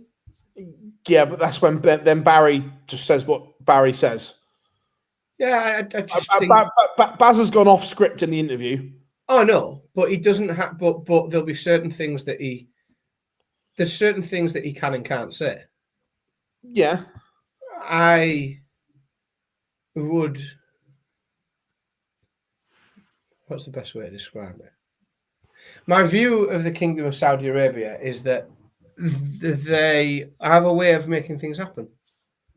They have a way of making sure that things go to plan. They haven't taken darts over there on a whim. They've took a lot of time to think about it, because it could have gone 2 years ago, couldn't it? You know, the Matchroom connection's been there for years. It could have gone ages ago. I think they've took their time to think, and it's quite strategic. We might not see anything. I don't think you'll see a beer anywhere in anyone's hand on the screen. It would stagger me if there wasn't a facility somewhere close by. It'll be interesting to see. But also that brings me on to my next thing, that for those that have watched the Matchroom documentary, we all heard Turkey Al-Sheikh say to Eddie, "I want darts," and I'm paraphrasing because I can't remember exactly how he worded it, but I've got some crazy shit. What do you think we see? We've had the golden ball in snooker and so on. What would you like, or what do you think, or what would you like to see? Oh man. Chat room, get involved in this as well. What do you think? Because it's well, not you're going to get something. You need to factor in. You need to factor in the colour gold somewhere. You've got to factor in the colour, because there will be a golden something. What will it be? I don't know. There's so much you could do, isn't there? So much. 1001, maybe. That makes it a bit special. Bigger. They like bigger, don't they? They like bigger, more. They like more and bigger than other people have got. So, yeah, I think there'll be a 1001, maybe something. Definitely something for 9 darters. Something absurd for 9 darters. I think we might see, they've tagged it in there, a golden 9. Now, Yeah. if you hit a 9, you then, could you have a new board that's got a golden bullseye within the bullseye? You get 1 dart at the ball for $1 million. Problem is, the difficulty with that is it stops the game, doesn't it? Stops the game completely. The only way you could do it is if you had that golden bull already in the board that everyone's playing on. Yeah, I don't dislike that. You'd have to have it there, 100 points in the middle. And then you'd see how many times Luke Litler just fancied going for that 100 all the time, like just peddling the bill for trying to hit the 100. But you'd have to have it on the board. It's too because it would slow. If you think of the time that's going to take, we talk about people taking their darts out slowly and disrupting the rhythm of the game, and so like going to chuck 1 dart at another board is gonna really certainly after a 9 darter. Because I also think if you're going to do it in Saudi, you have to think really carefully about how you do it and what you do because of the atmosphere. Because you aren't going to get the atmosphere that you get everywhere else. We've seen it. You and I have watched when the WWE have done events out there, and it is a different crowd. For a similar product, sometimes, let's be really honest, they throw the fucking kitchen sink at the product. Like they're product wise, they're giving them more than they've given everybody else. And if you did that in London, the roof would be lifting off. You have a very, very different crack. So you have to think then, do you make it more about the sport? Do you make it more about is it a skill element rather than an experience, an experience for everyone to party? In terms of the production, I don't know how you make it fun, good. I'm just interested to see because it's not just going to be a World Series event like all the others. There is going to be something big, bold, and brazen in this. Yes, it's going to be something a bit different. It's going to be something in and of itself. So therefore, and that might end up answering sorting a few of the issues out in terms of people's attendance and whether or not they'll be willing to travel to the Kingdom of Saudi Arabia. I also is there an appearance fee for World Series events? Oh, they all get appearance fees. There's a fucking blank check there, isn't it? So they all go. No, I'm not being funny. So they all go to Saudi Arabia, don't they? Because the moment one of them says no, he says, "Well, how much then?" Oh, 100%. It's like nobody turns that down because it's going to pay more than all the rest of them, isn't it? Combined, probably, if it needs to. I like the quadro board. But the problem is the quadro board cannot be done on a PDC stage. I believe that Harrows have patterned the quadro board. And obviously, Harrows are not the board sponsor of the PDC. Here's an interesting question, Philip. So, if what they get over there, what the Saudis have got, is a World Series event, yeah, which means we normally get tin pot coverage. Now, that isn't normally something the Saudis will accept. Like, are the Saudis going to accept that the first time they show and host darts for the PDC, they're going to get a highlight show on ITV4. Oh no, ITVX. this will be live. I've got no doubt about that. No, but do you see what I mean, though? Because obviously they've got an event that isn't going to be on Sky Sports, which means you haven't got a lot of those commentators that you have in Sky Sports. You know that are often viewed as those that are slightly more synonymous with the sport and more associated, or their voices are associated with the bigger moments in the sport. So I think that's going to be a tough one for the Saudis to swallow, to be honest, is being, on ITVX rather than being on Sky Sports. Yeah, I think it will be. I think the broadcast team will be good. I think it'll be good, but I don't think. I think when the Saudis have watched a load of darts on TV, that isn't what they're getting, is it?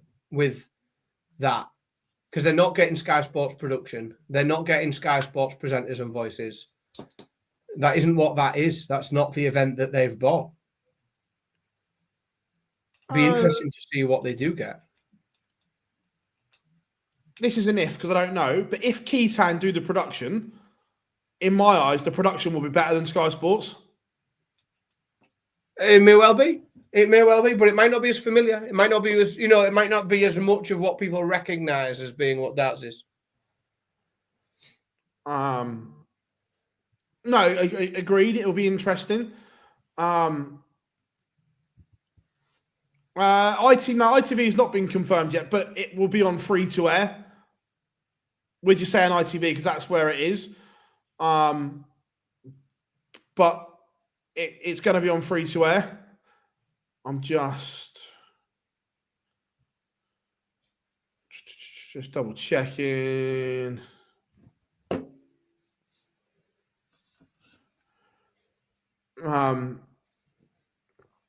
It'll be interesting. Matchroom said it's on ITV. Yeah, I'm just looking on the press release. It doesn't say ITV. That's what I was just double checking. So that's an interesting one. This calling something different, and you're not tied into ITV, are you? It's not a World Series event. It's a Riyadh season extravaganza.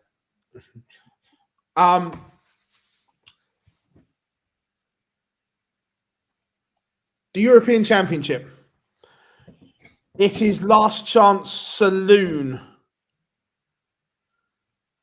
this weekend to get to Dortmund. Now, we already know the defending champion will not be there to defend the title. Which is a bit of a shame, isn't it? Yeah.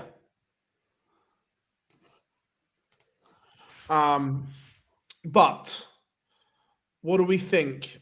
Who makes it? Who doesn't?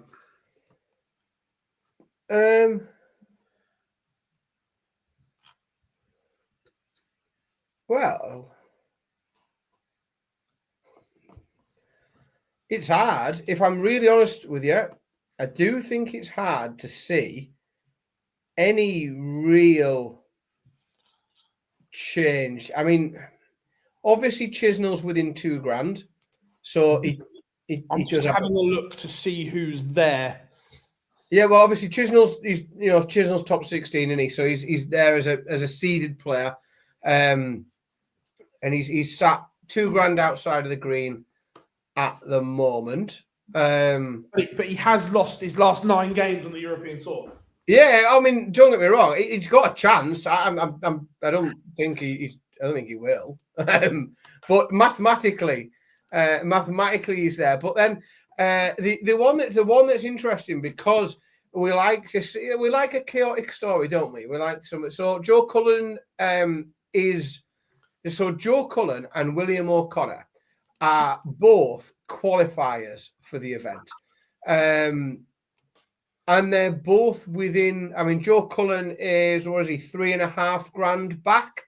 William O'Connor is $4,000 back from Krzysztof Ratajski, who is there as well. We haven't seen a draw yet, so we don't really know how that's going to mash up and work around. I mean, we saw some great things from Joe Cullen. I would absolutely love it if Joe Cullen could make that $4,000 up. Well, he's $3,500 back. So, like, third round loser $4,000, but Krzysztof will have got £1,200. So Joe Cullen makes a quarter-final. If Joe Cullen makes a quarter-final and Ratajski goes out in the first round, then Joe Cullen gets there. And I would love, because I think that we've just seen glimpses of that resurgence that we're all desperate for from Joe Cullen.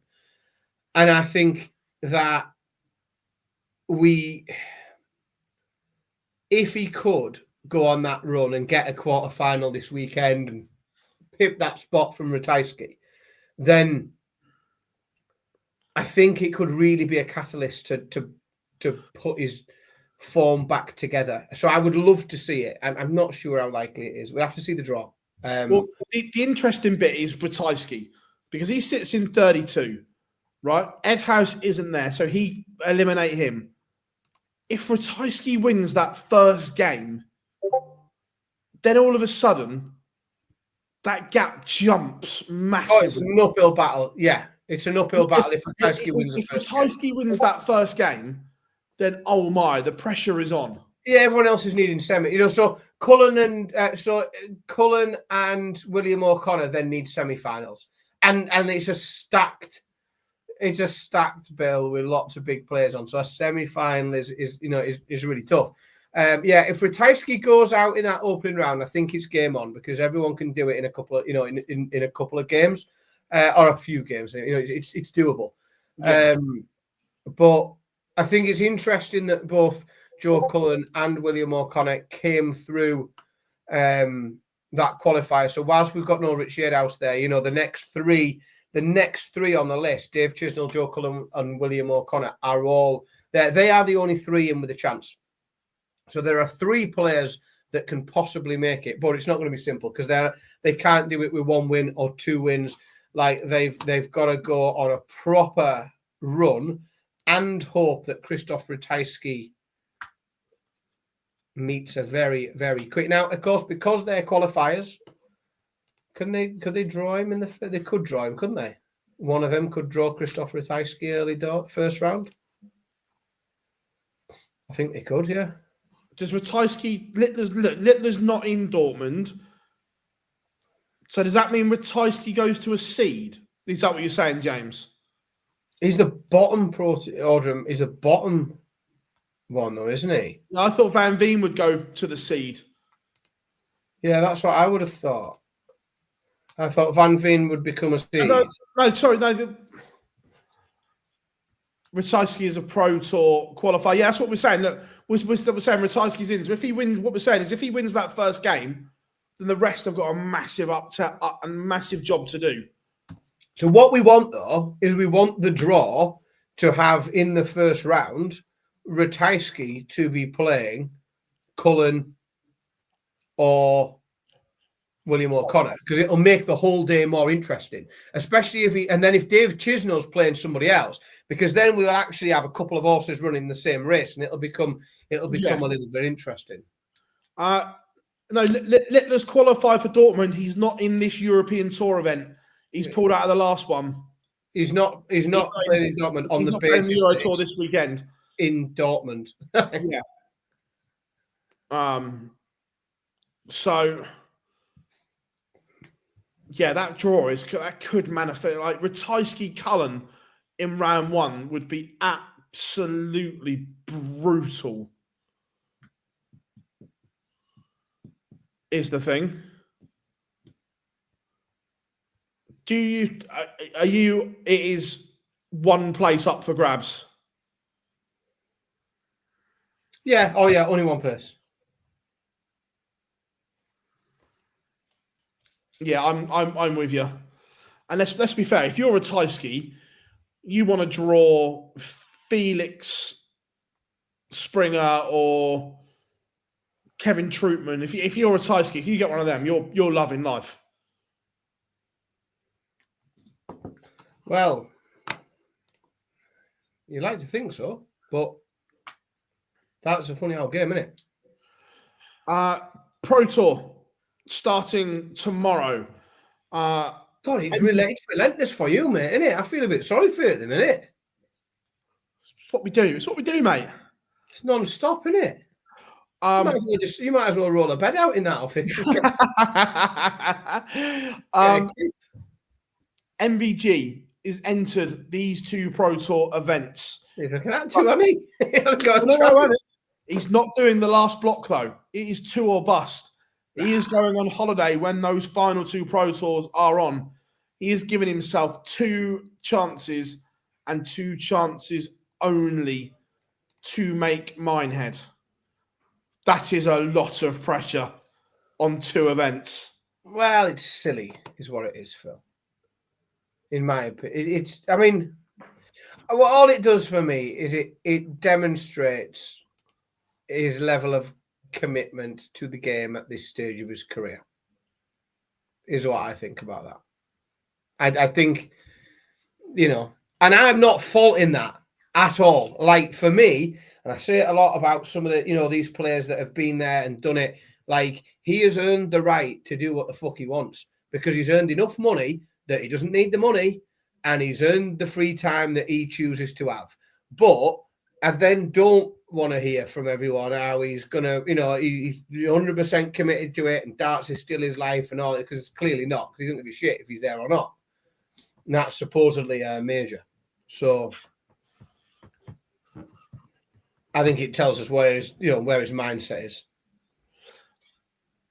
No.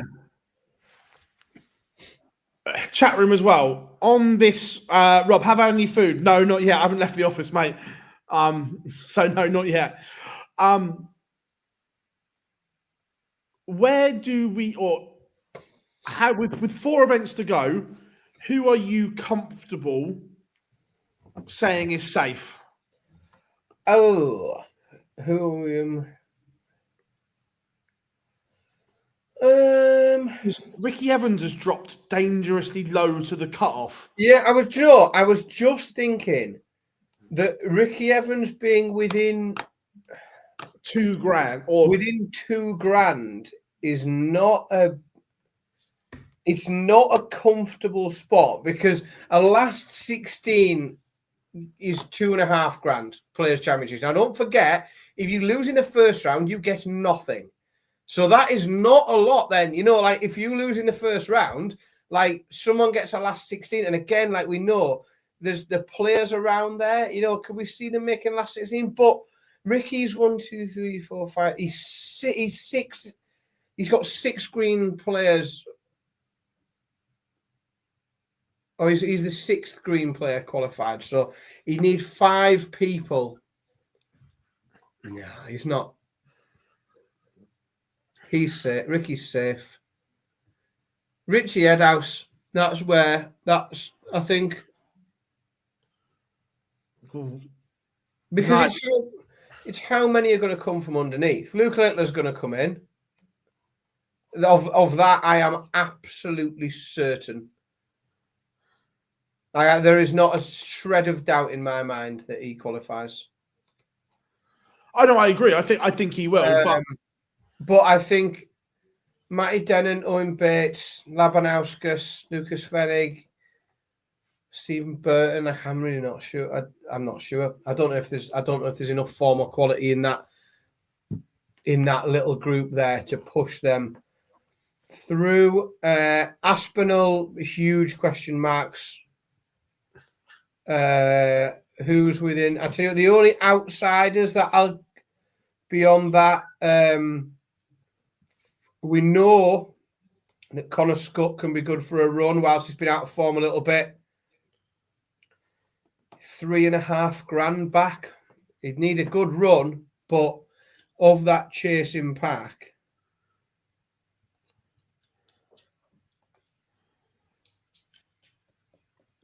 Do you want to know the one who I think is going to make it? Mensur Sulovic. I skimmed past Mencia then. I looked at him. I nearly said his name 3 times because he's right next to Aspinall in the list, isn't it? And I skimmed past him a few times and I couldn't quite commit. I just couldn't quite. It was too much and I needed a bit more from him. Yeah, I couldn't quite. Yeah, I'm going Mensur Sulovic. Does Aspinall make it? I mean, it would be good if he did. It'd be good fun again. I think Aspinall makes. I think Aspinall makes Minehead. Do you? Yes. Do you? Do you? I think you've been doing this for too long today. I think you're right. I think you're slowly starting to lose your marbles. I think Aspinall and Sulovic make it. With 4 events. And Litler, do you think Litler gets in as well? Yeah. Right. So are you having then from like Steve Lennon save Ed House down over? Do you think Richie Ed House, or do you think there could be a bit of movement between? Because let's be honest, like Keane Barry could make a grand on Steve Lennon. So you think like there could be a bit of chopping and changing between those in the green. But you think it's 3 in, 3 out? Yeah, I think Litler, Aspinall, and Sulovic make it.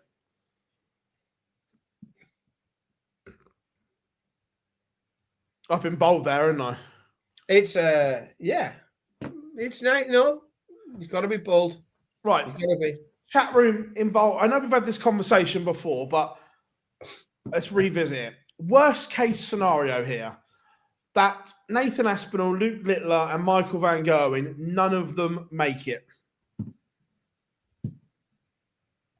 Do we see a rule change incoming? Yeah. Not for this year, but I mean for following years. I don't think it happens in following years. I think it's a shock. I think there's a few of them where it'll just be a bit of a shock to the system. And they'll go, oh, shit, fuck that, didn't I? Won't let that happen again. Like, I don't think they'll let it happen again. There's a few of them that have got away with murder before. And I think that if Littler misses it, and I don't think for a second that he would, then I think it'll give everyone a bit of a shock and everyone will shit their pants and everyone will think, like, the view will be, well, shit, if he can't, like, if he ends up in that position and he's him, I can't risk that. And I think it actually could push up attendance. I don't think they'll need to. I think there'll be more people playing Pro Tours. By the way, people are saying it shouldn't. I agree with you, it shouldn't. But that isn't the question whether you think it should or it shouldn't morally. Do you think it will or it won't? Yeah, exactly. There's a difference between big difference. You think it should or it shouldn't to whether you think it will or not. Yeah, I don't think it will. I don't think there's a difference between the right and wrong element. Yeah, 100%. I just think there'll be enough players frightened that they won't let it happen again. I think if it happens, it'll be like a 1 year in normal league. The only reason I say that is because of the players that missed the Grand Slam. We know there are changes coming next year that it looks like the top 16 will be guaranteed. When players miss the Grand Slam, they've then made changes. Yeah. Sky.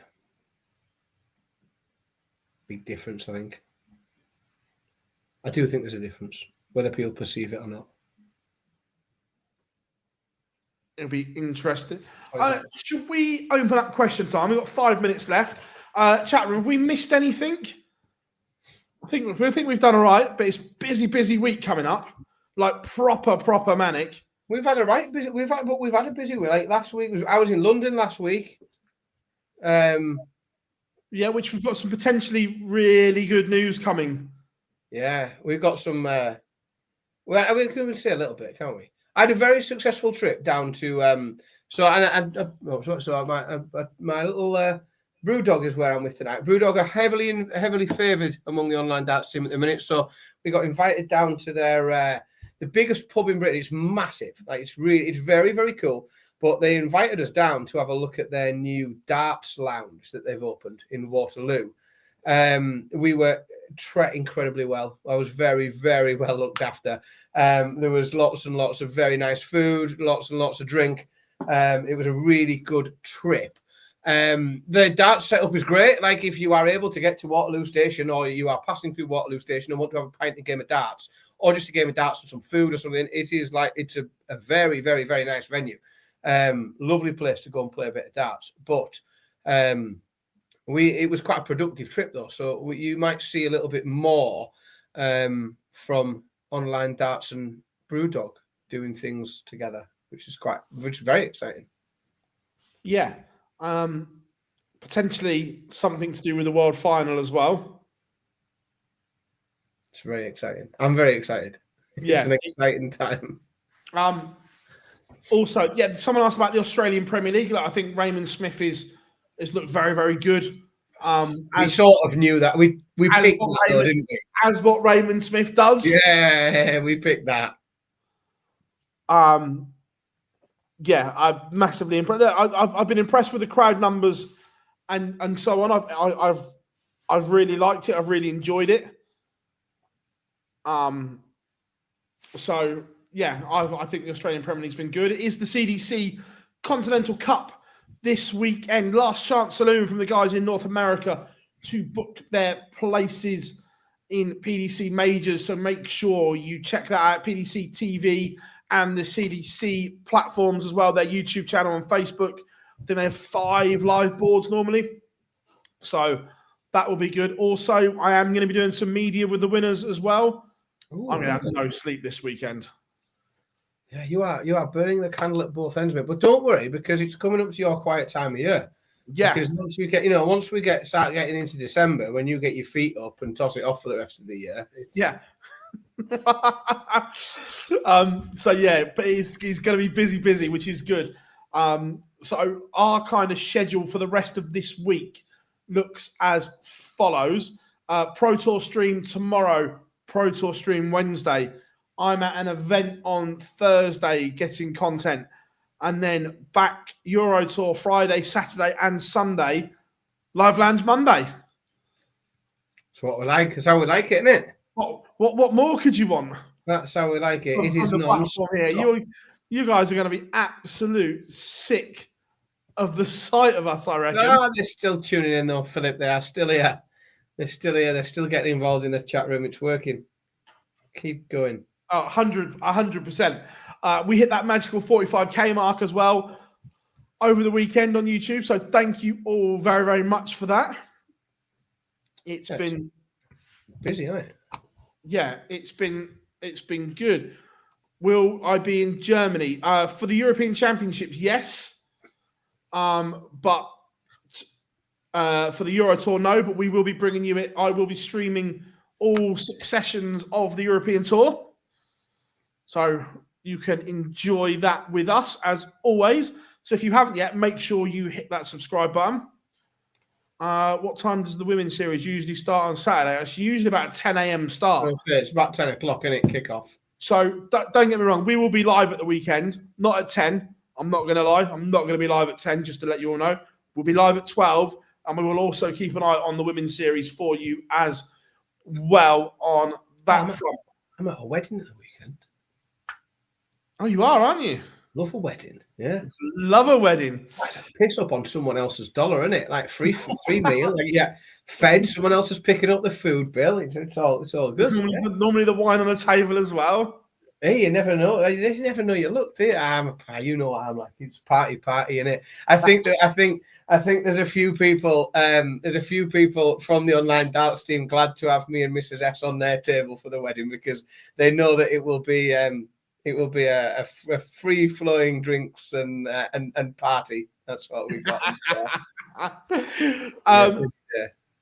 Yeah, you guys have absolutely smashed it for us today. Thank you very much. Remember, this will be available as an audio only in the morning, so make sure that you check it out on all good podcast providers. But give yourselves a round of applause.